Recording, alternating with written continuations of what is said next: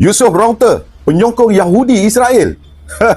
Inilah yang mereka cuba spin, ya. Setelah tak ada isu, puak-puak Jcom bertanggungjawab untuk spin cerita yang kononnya Yusuf Rauter ni penyokong tegar Yahudi Israel. Ya, saya ada melihat kenyataan yang dikeluarkan oleh Yusuf Rauter, kenyataan singkat yang bahawa beliau menyokong Israel pada tahun 2017.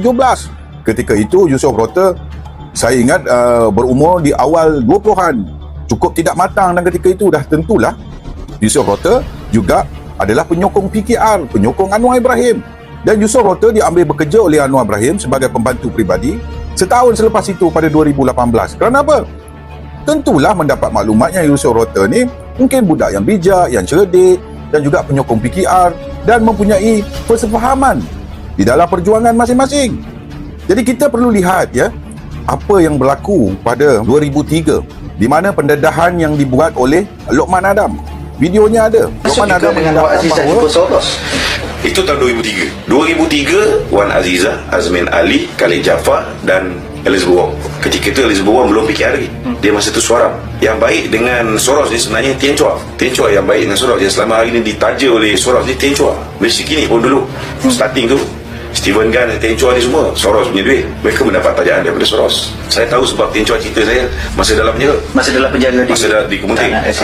Sama-sama duduk Kementing 2 tahun kan. Tien Chua bercerita berkenaan dengan Soros. Dia cerita lah daripada mana dia dapat income. Saya ingat lagi telefon Tien Chua, kita orang duduk telefon masuk. Telefon Tien Chua tu pun datang daripada duit Soros, masuk dari Bangkok. Jadi tahun 2003, Wan Azizah dihantar oleh Anwar untuk berjumpa dengan Soros untuk dapatkan dana bagi membolehkan mereka bertanding tahun 2004. Dan sebelum saya dipecat tahun 2004, saya hadir mesyuarat Jawatankuasa Pilihan Raya Parti PKR. Dan masa tu Azmi maklumkan 3 juta ringgit dah diterima. Dan mereka dah buat t-shirt cap dengan bendera di China.